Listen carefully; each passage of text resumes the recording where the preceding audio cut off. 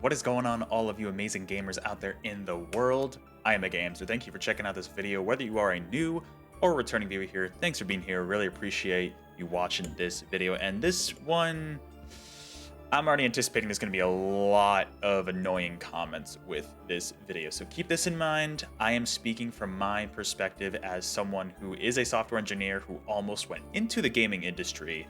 Majored in game development in college and almost went there, but didn't go down that path, just doing other general software engineering. But keep in mind, very, very basic views here. So, of course, a big concern right now, and it's been going on for several months as of this video, is the idea of, specifically within gaming, I'm focused on here, using AI in these games. Now, this has definitely become a bit of a concern because, as at least in the United States, where I'm located, as a, capitalistic-based society, there's a big concern about like replacing jobs with AI, which I mean is definitely a big concern. I'm kind of somewhere in the middle of the spectrum in terms of how I feel. There are a lot of people who are completely against it and are like, no, AI is completely replacing jobs. We can't allow this to happen. Just not a fan of it in the slightest. There's the other side of people who completely embrace it and honestly probably support replacing those jobs, right?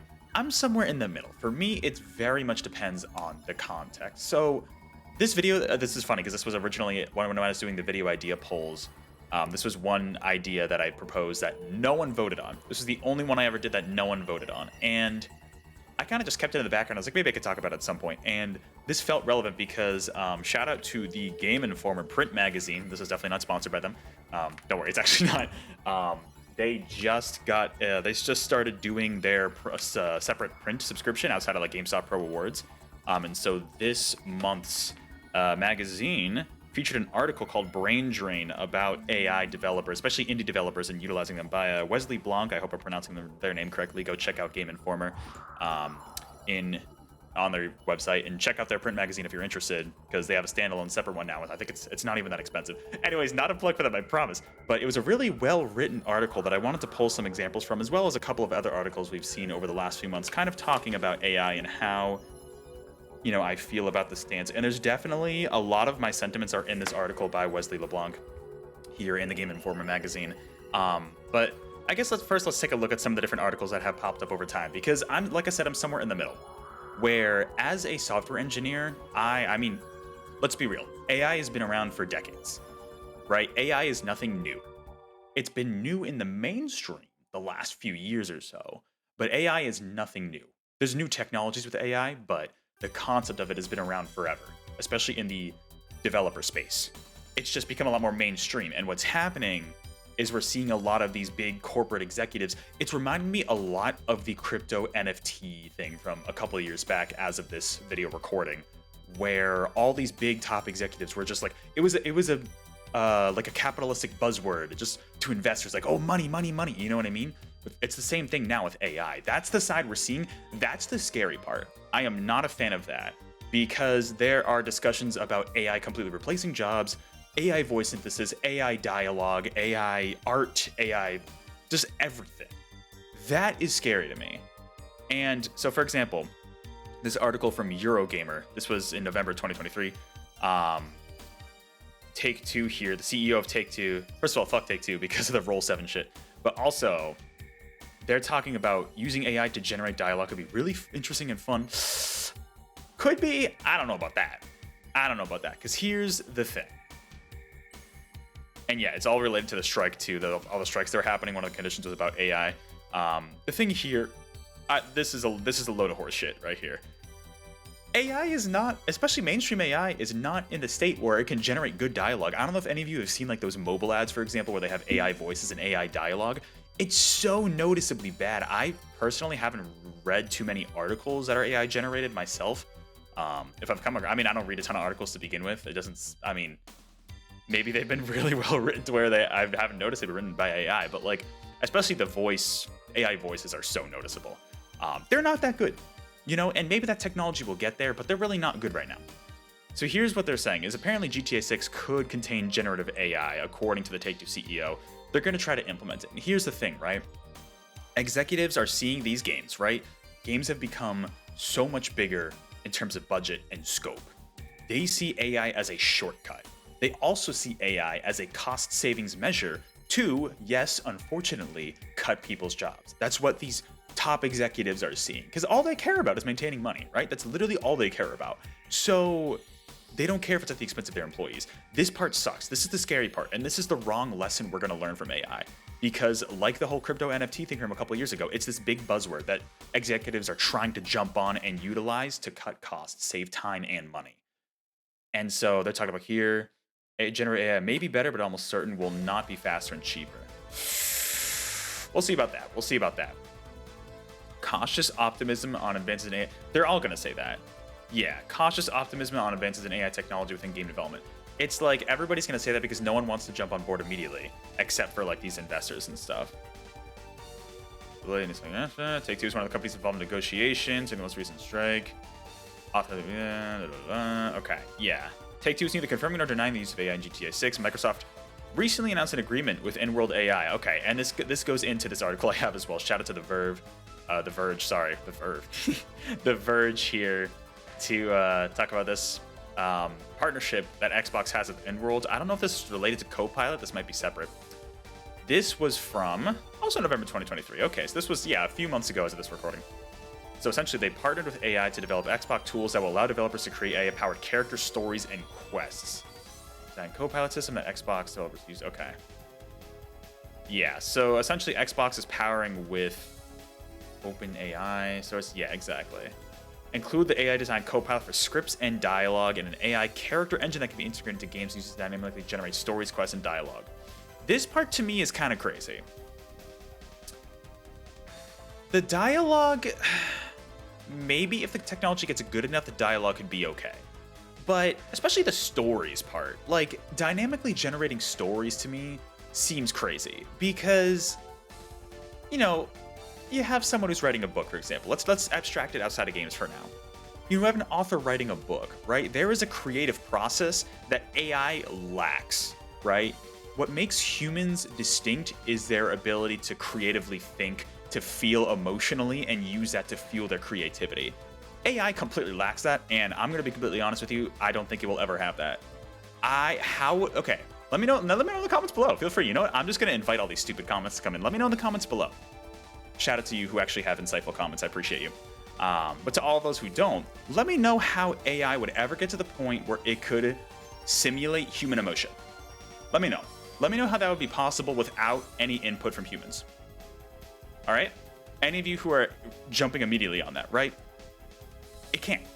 It never will, because that's just the definition of it. It is an artificial intelligence. It is not actual intelligence. It's in the name itself, right?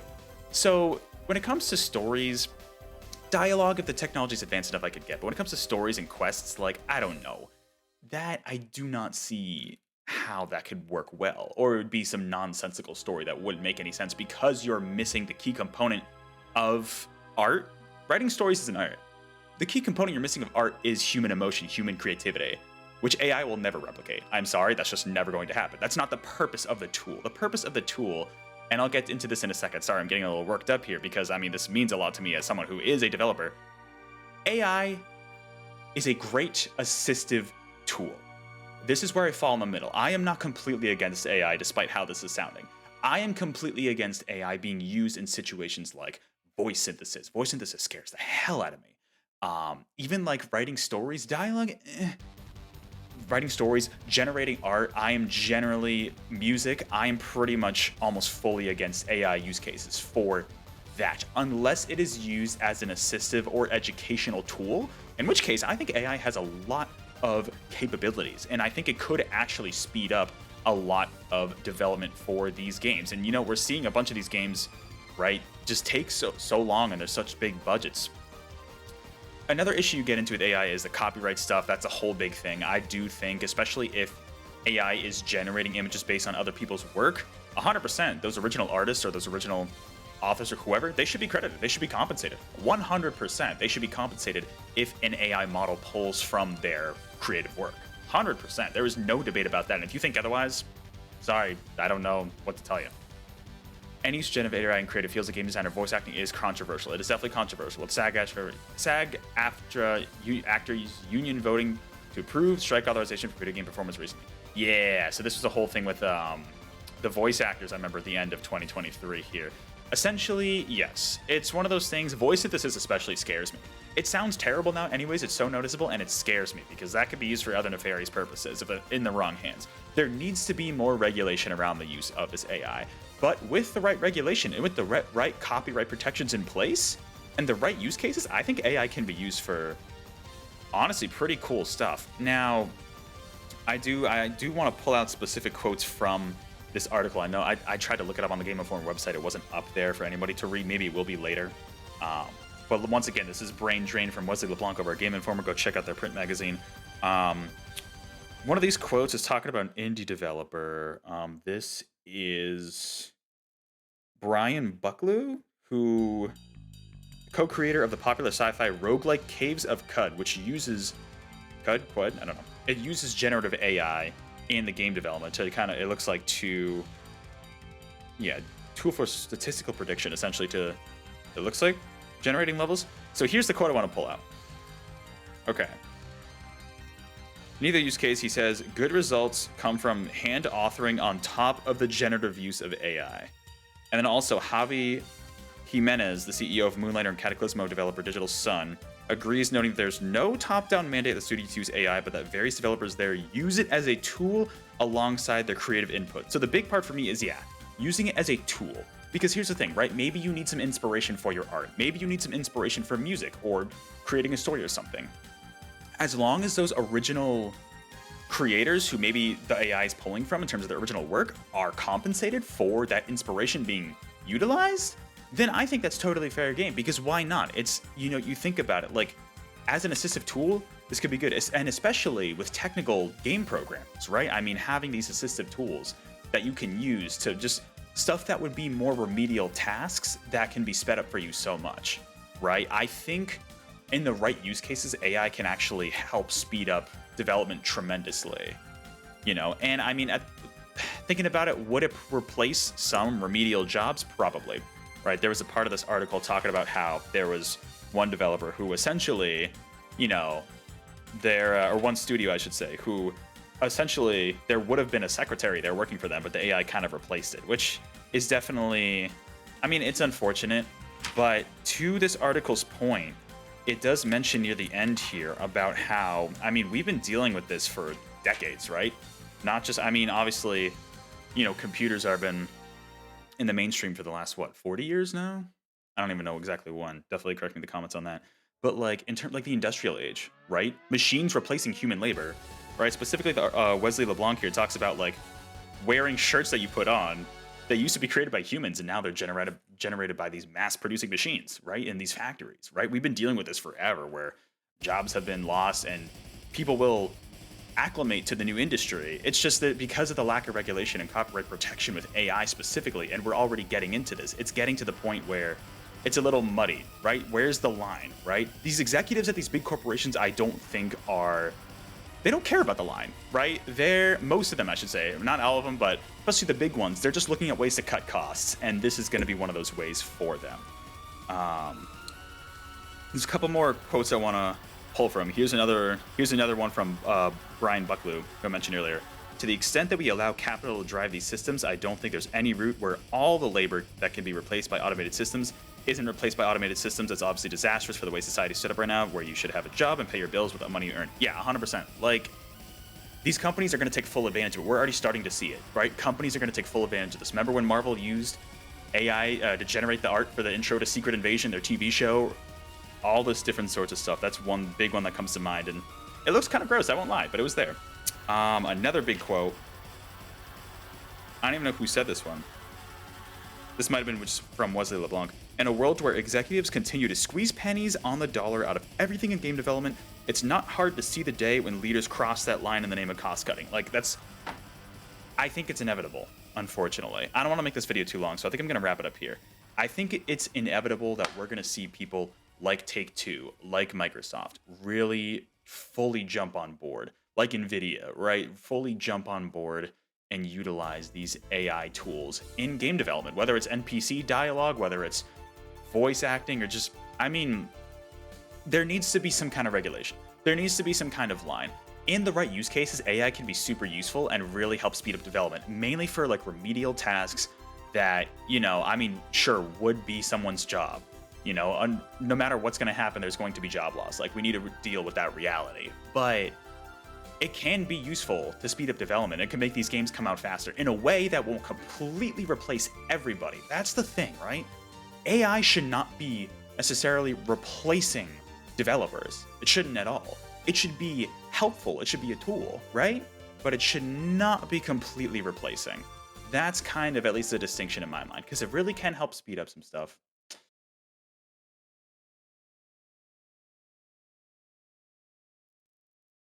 Sorry about that. It really should be an assistive tool, because it can be super useful with, that application. But, it's, I don't know. It's definitely tricky. It's definitely tricky. It's such a gray area, right? Like, everybody has their own opinion. I am personally not a fan of these big executives saying, "Oh, let's jump on board with this immediately." It's just a way to bring up their stock with investors, right? Just in the short term. That's really what it is. But it does have use cases. As a developer, there's some cool technology behind it that's been used forever. I mean, I took when I was in college. I mean, granted, that was 5 years ago. I took a class on AI and game development, and there's some interesting stuff with procedural generation and all sorts of stuff that could be used, has been used in games for a while, and can be utilized. It's just, where do you draw the line, right? Where do you draw the line? Personally, I think art should be left out of AI, unless it is like an educational assistive tool. Otherwise, I'm not a fan of AI voices, AI music, AI art, none of that. Because to me, you're taking the human emotion and creativity and expression out of that when it's fully AI generating it. And if it's pulling from another artist or whoever or author, they should be compensated. But currently, doesn't sound like they are. So some of these indie developers in this article from GameInformer definitely sounds like they are on board, but wary of the lack of regulation. And that's kind of where I'm at too, is like, utilize the technology to help develop these games in the responsible way. But are these executives, these big companies, going to do it? Probably not. Probably not. I am worried about the future. It's kind of inevitable. It's just the best we can do is kind of, stay informed, keep up to date on how this is going, and we'll see. And I mean, hopefully, if things get bad, I mean, there's going to be protests about this. Hopefully, people are vocal enough about, the misuse of AI, right? And how we can kind of combat that in the future. That's just my thoughts on it. Anyways, very subjective video here. I totally understand. I just kind of wanted to throw my hat in the ring, because this Game Informer article from Wesley LeBlanc definitely inspired me, and kind of, it's been, thoughts that's been brewing in my head for the last several months, and I just wanted to get it out there. I'm anticipating a lot of nasty comments in this video if it ends up getting, I don't, maybe it does get a lot of views. That would be the best case scenario. It doesn't get a ton of views. Let me know your thoughts though in the comments below, like what you think about all this, because I'm willing to listen to others' perspectives, even if it's not the same as mine. Just don't be rude. Just don't be a jerk. Just, we're chilling. We're just talking. It's video games. We're chilling. You know what I mean? Just don't be a jerk in the comments. Just let me know your thoughts on this whole situation. Otherwise, hey, I will catch you all on the next video or live stream. And until then, everybody, take care. Stay safe out there.